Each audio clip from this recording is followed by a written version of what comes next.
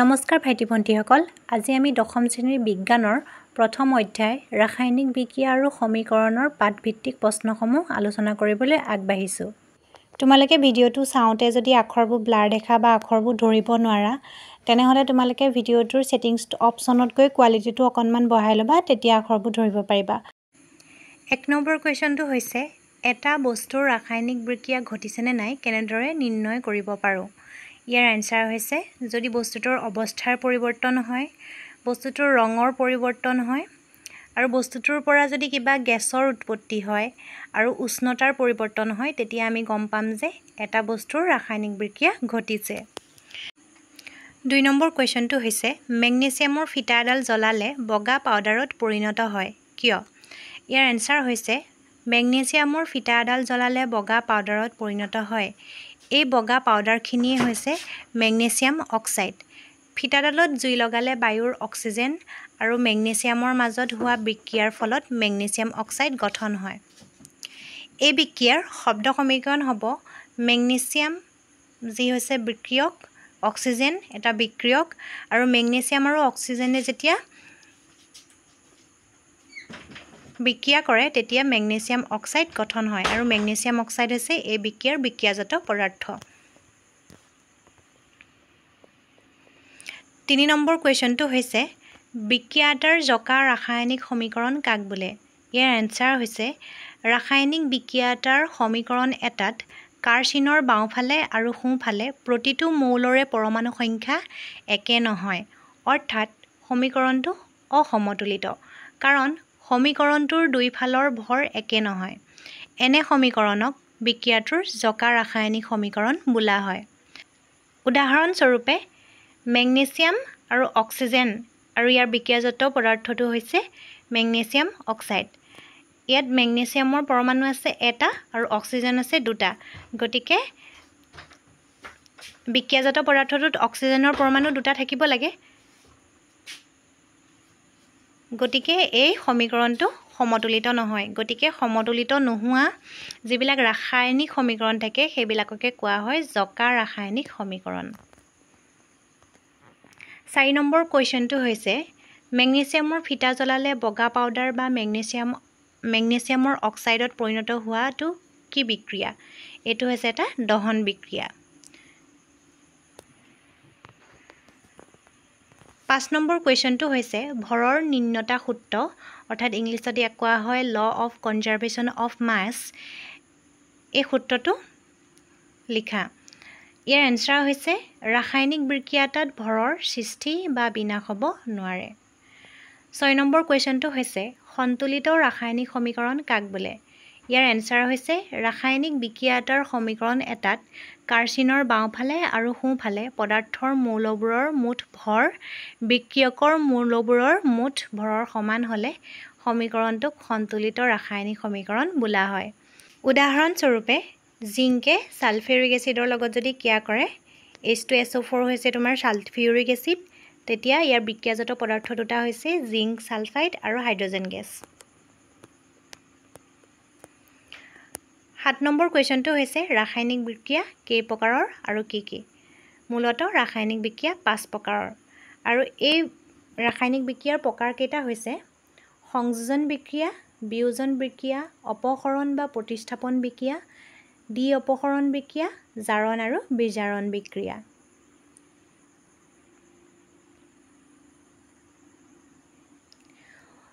8 number কুৱেশ্যনটো হৈছে, সংযোজন বিক্ৰিয়া কাক বোলে? ইয়াৰ এনচাৰ হৈছে, যি বিক্ৰিয়াত 2 বা ততোধিক বিক্ৰিয়ক পদাৰ্থ লগ হৈ এটা মাত্ৰ বিক্ৰিয়াজাত পদাৰ্থ উৎপন্ন হয় তাকে সংযোজন বিক্ৰিয়া বোলে। উদাহৰণস্বৰূপে, কেলছিয়াম অক্সাইডে পানীৰে সৈতে তীব্ৰভাৱে বিক্ৰিয়া কৰি শিথিলিত চূণ কেলছিয়াম হাইড্ৰক্সাইড উৎপন্ন কৰি প্ৰচুৰ তাপ উৎপন্ন কৰে।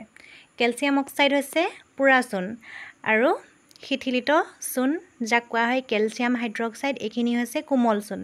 যেতিয়া কেলছিয়াম অক্সাইডত পানী দি দিয়া হয় তেতিয়া চূণখিনি কোমল হৈ যায় আৰু কেতিয়াবা মন কৰিছে চাগে ঘৰত অনা চূণ তাত পানী দিলে চূণৰ সৈতে পানীয়ে বিক্ৰিয়া কৰি তাপ উৎপন্ন কৰে। এইটোৱে হৈছে সেইটো বিক্ৰিয়া য'ত কেলছিয়াম অক্সাইডত পানী দি দিলে কি হয় তোমাৰ কেলছিয়াম হাইড্ৰক্সাইড উৎপন্ন হয়।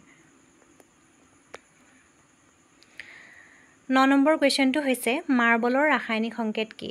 মাৰ্বলৰ ৰাসায়নিক হৈছে কেলছিয়াম কাৰ্বনেট CaCO3। 10 নম্বৰ কুৱেশ্যনটো হৈছে তাপবৰ্জী ৰাসায়নিক বিক্ৰিয়া আৰু ইংলিছত ইয়াক কোৱা হয় এক্সোথাৰ্মিক কেমিকেল ৰিয়েকশ্যন কাক বোলে? ইয়াৰ এনচাৰ হৈছে যিবোৰ বিক্ৰিয়াত বিক্ৰিয়াজাত পদাৰ্থ উৎপন্ন হোৱাৰ লগতে তাপৰ উদ্ভৱ হয় সেইবোৰ বিক্ৰিয়াক তাপবৰ্জী ৰাসায়নিক বিক্ৰিয়া বোলা হয়। উদাহৰণস্বৰূপে প্ৰাকৃতিক গেছৰ দহন এটা তাপবৰ্জিক বিক্ৰিয়া। প্ৰাকৃতিক গেছক সাধাৰণতে মিথেন CH4 তোমালোকে পাইছাই হয়তো। CH4ক মিথেন বুলি কোৱা হয়। মিথেন গেছক যেতিয়া অক্সিজেনৰ সৈতে জ্বলোৱা হয় অৰ্থাৎ জ্বলালে অক্সিজেনৰ সৈতে লগ লাগি কাৰ্বন ডাই অক্সাইড উৎপন্ন কৰে, লগতে পানী উৎপন্ন কৰে H2O, আৰু লগতে তাপ উদ্ভৱ হয় সেই বিক্ৰিয়াটোত। আৰু লগতে আমাৰ জীৱদেহত সংঘটিত হোৱা শ্বসন প্ৰক্ৰিয়াও হৈছে এটা তাপবৰ্জী বিক্ৰিয়া। 11 নং কুৱেশ্যনটো হৈছে শ্বসন প্ৰক্ৰিয়া এটা তাপবৰ্জী বিক্ৰিয়া বুজাই লিখা। এই এনচাৰটো তললৈ হ'ব লাগিছিলে, লগতে হৈ গ'ল। তোমালোকে ধুনীয়াকৈ শুদ্ধ কৰি লিখিবা। ইয়াৰ এনচাৰ হৈছে সকলো জীৱকে জীয়াই থাকিবলৈ শক্তি লাগে। এই শক্তি খাদ্যৰ পৰা পোৱা যায়। হজম প্ৰক্ৰিয়াত খাদ্যবস্তু সৰল পদাৰ্থলৈ ভাগি যায়। উদাহৰণস্বৰূপে চাউল, আলু, ৰুটি এইবিলাকত তোমাৰ কি থাকে? কাৰ্বহাইড্ৰেট থাকে। এই কাৰ্বহাইড্ৰেটবোৰ গ্লুক'জলৈ ভাগি যায়। এই গ্লুক'জ আমাৰ দেহৰ কোষত অক্সিজেনৰ সৈতে লগ হয় আৰু শক্তিৰ যোগান ধৰে। এই শক্তি উৎপন্ন হোৱা প্ৰক্ৰিয়াটো এটা তাপবৰ্জী প্ৰক্ৰিয়া। সেয়েহে শ্বসন প্ৰক্ৰিয়াক এটা তাপবৰ্জী বিক্ৰিয়া বুলি কোৱা হয়। গ্লুক'জৰ তোমাৰ ৰাসায়নিক সংকেত হৈছে C6H12O6। ই যেতিয়া অক্সিজেনৰ সৈতে লগ লাগে, 6টা অক্সিজেন অণুৰ সৈতে লগ লাগে, তেতিয়া 6টা কাৰ্বন ডাই অক্সাইড পৰমাণু ৰিলিজ কৰে, প্লাছ তোমাৰ 6টা পানী অণু আৰু লগতে শক্তি এনাৰ্জি ৰিলিজ কৰে। 12 নম্বৰ কুৱেশ্যনটো হৈছে কেইটামান তাপবৰ্জী বিক্ৰিয়াৰ উদাহৰণ দিয়া। কেইটামান তাপবৰ্জী বিক্ৰিয়াৰ উদাহৰণ হৈছে প্ৰাকৃতিক গেছ, যেনে ৰন্ধন গেছ। এইবিলাক জ্বলালে কি হয়? আমাৰ তাপ উৎপন্ন হয়, যিটো কাৰণে আমি খাদ্য ৰন্ধা বঢ়া কৰিব পাৰোঁ। সেইকাৰণে প্ৰাকৃতিক গেছৰ দহনটো হৈছে এটা তাপবৰ্জী বিক্ৰিয়া। জীৱদেহত সংঘটিত হোৱা শ্বসন প্ৰক্ৰিয়া আমি অলপ আগত পঢ়িলোৱেই। শ্বসন প্ৰক্ৰিয়াৰ জৰিয়তে আমি কি পাওঁ? শক্তি পাওঁ। শক্তি তাপ এনাৰ্জি মানে তাপ শক্তি হিচাপে নিৰ্গত হয়। বনস্পতিজাত দ্ৰব্যৰ পচন সাৰলৈ হোৱা পৰিৱৰ্তন। বনস্পতিজাত মানে তোমাৰ যিবিলাক পাচলি, উদ্ভিদজাতীয় যিবিলাক দ্ৰব্য, সেই বস্তুবিলাক তোমাৰ গেলি পচি সাৰলৈ পৰিৱৰ্তন হোৱা প্ৰক্ৰিয়াটো হৈছে এটা তাপবৰ্জী বিক্ৰিয়া। 13 নং কুৱেশ্যনটো হৈছে বিয়োজন বিক্ৰিয়া বা ইংলিছত ইয়াক কোৱা হয় ডিকম্পজিশ্যন ৰিয়েকশ্যন কাক বোলে? ইয়াৰ এনচাৰ হৈছে এটা বিক্ৰিয়াত এটা মাত্ৰ বিক্ৰিয়ক পদাৰ্থ একাধিক সৰল বিক্ৰিয়াজাত পদাৰ্থলৈ ভাগি যায়। এনে বিক্ৰিয়াকে বিয়োজন বিক্ৰিয়া বোলে। উদাহৰণস্বৰূপে তাপ দিলে ফেৰাছ ছালফেট স্ফটিকে পানী হেৰুৱায় আৰু এই স্ফটিকৰ ৰঙৰ পৰিৱৰ্তন ঘটে। তাৰ পাছত ই ফেৰিক অক্সাইড, ছালফাৰ ডাই অক্সাইড আৰু ছালফাৰ ট্ৰাই অক্সাইডলৈ বিয়োজিত হয়। এইটো তলত ইয়াৰ ৰাসায়নিক সমীকৰণটো দিয়া হৈছে। ফেৰাছ ছালফেটে ইয়াত এটা বিয়োজন বিক্ৰিয়াত এই বিক্ৰিয়াটো সংঘটিত হয়। ফেৰাছ ছালফেটটো কি হয়? প্ৰথমতে তোমাৰ ফেৰিক অক্সাইড, তাৰপিছত ছালফাৰ ডাই অক্সাইড, SO2 ছালফাৰ ডাই অক্সাইড আৰু SO3 ছালফাৰ ট্ৰাই অক্সাইডলৈ বিয়োজিত হৈছে। 14 নং কুৱেশ্যনটো হৈছে তাপীয় বিয়োজন কাক বোলে? ইয়াৰ এনচাৰ হৈছে বিয়োজন বিক্ৰিয়া এটাত তাপ প্ৰয়োগ কৰি ঘটালে তাক তাপীয় বিয়োজন বোলা হয়।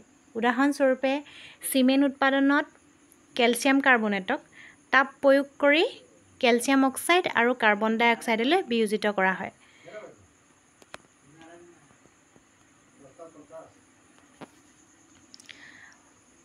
ফিফটিন নং কুৱেশ্যনটো হৈছে তাপগ্ৰাহী বিক্ৰিয়া কাক বোলে? যিবোৰ বিক্ৰিয়াত শক্তি শোষিত হয় তেনেবোৰ বিক্ৰিয়াকে তাপগ্ৰাহী বিক্ৰিয়া বোলা হয়। 16 নম্বৰ কুৱেশ্যনটো হৈছে অপসৰণ বা প্ৰতিস্থাপন বিক্ৰিয়া কাক বোলে? ইয়াৰ এনচাৰ হৈছে যেতিয়া এটা মৌলই আন এটা মৌলক তাৰ যৌগ এটাৰ পৰা অপসাৰিত কৰে তেনে বিক্ৰিয়াক অপসৰণ বা প্ৰতিস্থাপন বিক্ৰিয়া বোলে। উদাহৰণস্বৰূপে আইৰণে কপাৰ ছালফেট দ্ৰৱৰ পৰা কপাৰ মৌলটোক অপসাৰিত কৰি ফেৰাছ ছালফেট আৰু কপাৰ মৌল গঠন কৰে। এইটো হৈছে ইয়াৰ ৰাসায়নিক সমীকৰণ। Fe মানে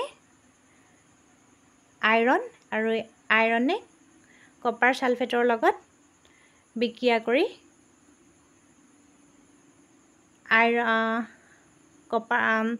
ফেৰাছ ছালফেট গঠন কৰিছে আৰু কপাৰটোক অকলশৰে এৰি দিলে। 17 নং কুৱেশ্যনটো হৈছে ডি অপসৰণ বিক্ৰিয়া কাক বোলে?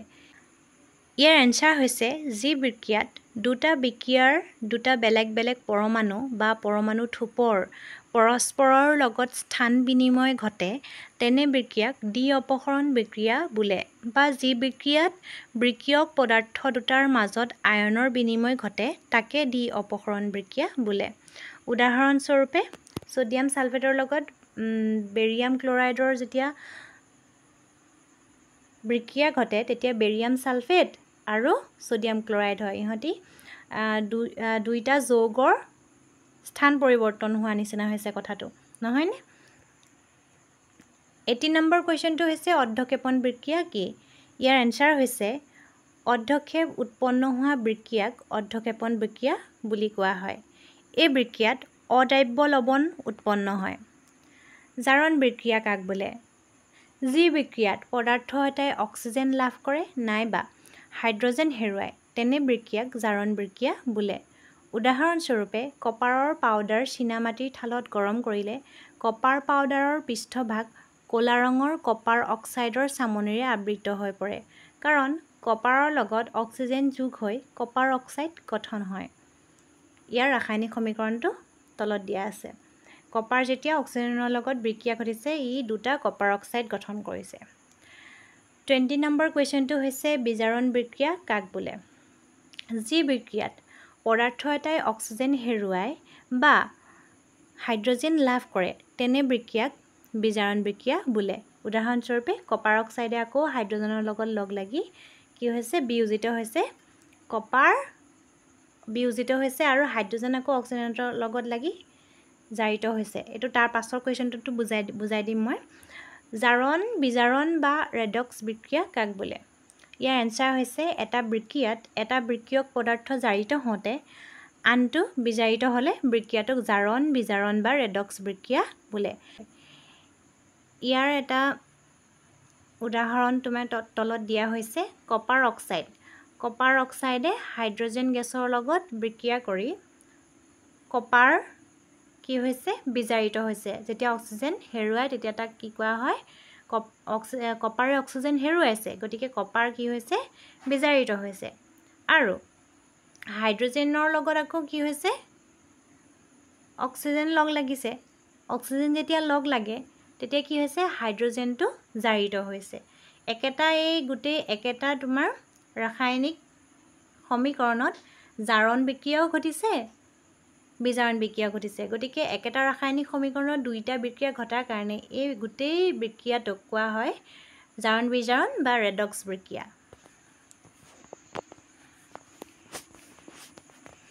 22 নং কুৱেশ্যনটো হৈছে ক্ষয়ীভৱন কি?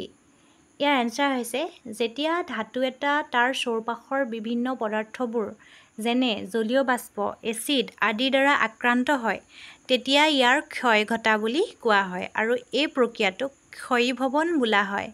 উদাহৰণস্বৰূপে চিলভাৰৰ ওপৰত পৰা ক'লা চামনি, কপাৰৰ ওপৰত পৰা সেউজীয়া চামনি আৰু লো মামৰে ধৰা। আৰু কেতিয়াবা তোমালোকে দেখিছা চাগে কাঁহৰ বাচনৰ ওপৰতো সেউজীয়া এটা চামনি পৰে। এইবিলাক তোমাৰ কি হয় ক্ষয়ীভৱন প্ৰক্ৰিয়াৰ ফলত এই চামনিবিলাক দেখা যায়। 22 নং কুৱেশ্যনটো হৈছে দুৰ্গন্ধিতা বা ৰেনচিডিটি কাক বোলে? ইয়াৰ এনচাৰ হৈছে চৰ্বি আৰু তেলযুক্ত খাদ্যবস্তু জাৰিত হ'লে এইবোৰ দুৰ্গন্ধিযুক্ত হয় আৰু তোমাৰ তাৰ যিটো সোৱাদ সেই সোৱাদটো বেলেগ হৈ যায়। এই প্ৰক্ৰিয়াটোকে কোৱা হয় দুৰ্গন্ধিতা প্ৰক্ৰিয়া। 24 নং কুৱেশ্যনটো হৈছে দুৰ্গন্ধিতা ৰোধ কৰিবলৈ কি কি ব্যৱস্থা ল'ব লাগে? ইয়াৰ এনচাৰ হৈছে জাৰণ নঘটিবলৈ চৰ্বি আৰু তেলযুক্ত খাদ্যবস্তুত কিছুমান প্ৰতিজাৰক পদাৰ্থ বা এণ্টি অক্সিডেণ্ট যোগ কৰিব লাগে। আৰু ইয়াৰ 2 নম্বৰ ব্যৱস্থাটো হৈছে বায়ুৰুদ্ধ পাত্ৰত খাদ্যবস্তু ৰাখিলে জাৰণ মন্থৰ হয়। যদি আমি বায়ু আহিবলৈ নিদিওঁ এটা পাত্ৰত, সেই পাত্ৰটো যদি আমি খাদ্যবস্তু ৰাখোঁ, বতাহ চলাচল কৰিলেহে আমি অক্সিজেন পাম। বতাহ চলাচল নকৰিলেতো অক্সিজেন নাপাওঁ। অক্সিজেন তেতিয়া পাম, অক্সিজেন পালেহে বস্তু এটা জাৰিত হ'ব। যদি আমি অক্সিজেনৰ ছাপ্লাইটোৱে নিদিওঁ, তেতিয়া বস্তুটোৰ জাৰণ নহয়। এতিয়া জাৰণটো আমি মন্থৰ কৰিলে, বায়ু নোপোৱা জেগাত ৰাখিলে সেই খাদ্যখিনি জাৰণ নহয়, গতিকে দুৰ্গন্ধিতা ৰোধ হৈ যাব। 25 নং কুৱেশ্যনটো হৈছে চিপছ উৎপাদকসকলে চিপছৰ পেকেটবোৰৰ ভিতৰত কিয় নাইট্ৰজেন গেছ ভৰাই থয়? ইয়াৰ কাৰণ হৈছে জাৰণ নঘটিবৰ বাবে এই পেকেটবোৰৰ ভিতৰত নাইট্ৰজেন গেছ ভৰাই থয়, কাৰণ জাৰণ ঘটিলে খাদ্যবস্তুবোৰ বেয়া হৈ যাব, সেয়েহে এনে কৰা হয়। 26 নং কুৱেশ্যনটো হৈছে তাপবৰ্জী আৰু তাপগ্ৰাহী বিক্ৰিয়াৰ মাজত পাৰ্থক্য লিখা। ইয়াৰ এনচাৰ হৈছে তাপবৰ্জী বিক্ৰিয়া। এই বিক্ৰিয়াত তাপ উদ্ভৱ হয় আৰু সাধাৰণতে সংযোজন বিক্ৰিয়াত তাপবৰ্জী বিক্ৰিয়া দেখা যায়।